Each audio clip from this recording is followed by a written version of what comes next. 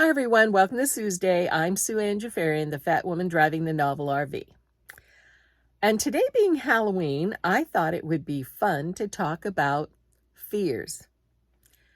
Fears and concerns and worries you might have when you live in a van alone on the road. I remember the first few months I was in this new lifestyle, and I was boondocking a lot in BLM land and forest land and things like that by myself, and I wasn't quite used to it yet. I was sure that I was going to encounter bears and crazy people and things like that. I was sure of it.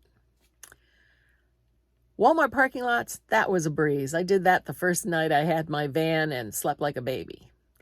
But being a city girl, it took me a while to get used to living in the woods from time to time.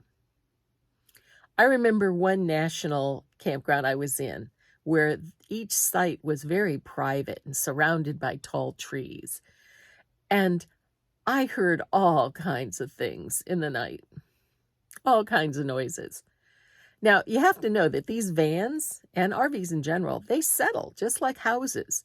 You can be laying in bed and you'll hear a creak and noises, and maybe the tree scratching the roof or something like that. So it can be kind of spooky if you're not used to it. But I remember this one night I was laying in bed terrified because I was hearing all kinds of natural noises outside.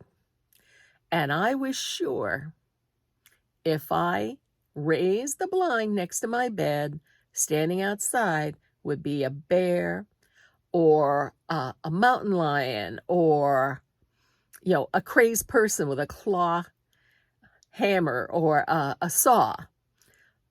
Maybe even Bigfoot. Who knows?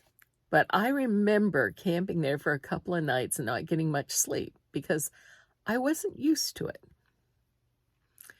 If you're old enough to remember the old Twilight Zone series with Rod Serling, and particularly the William Shatner episode where he's on a plane and he is the only one who sees some sort of crazed creature out on the wing destroying the plane.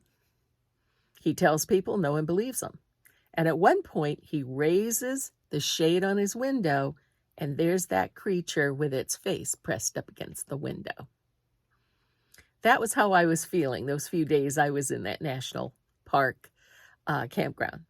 I was sure if I raised the blind next to my bed, I would have something really bizarre staring back at me that would make me pee my pants. It never happened. It actually was a lovely campground. It was in Oregon. Yeah, Bigfoot country, huh? Anyway, there are real fears and concerns when you live in a van on the road by yourself. I mean, real life concerns, such as, will the van be sturdy enough? Will the van have mechanical issues that I can't afford? So far, everything that's happened to the van, I could afford to have fixed. No problem. But what if the engine goes? What if somebody hits my van and takes it out of commission?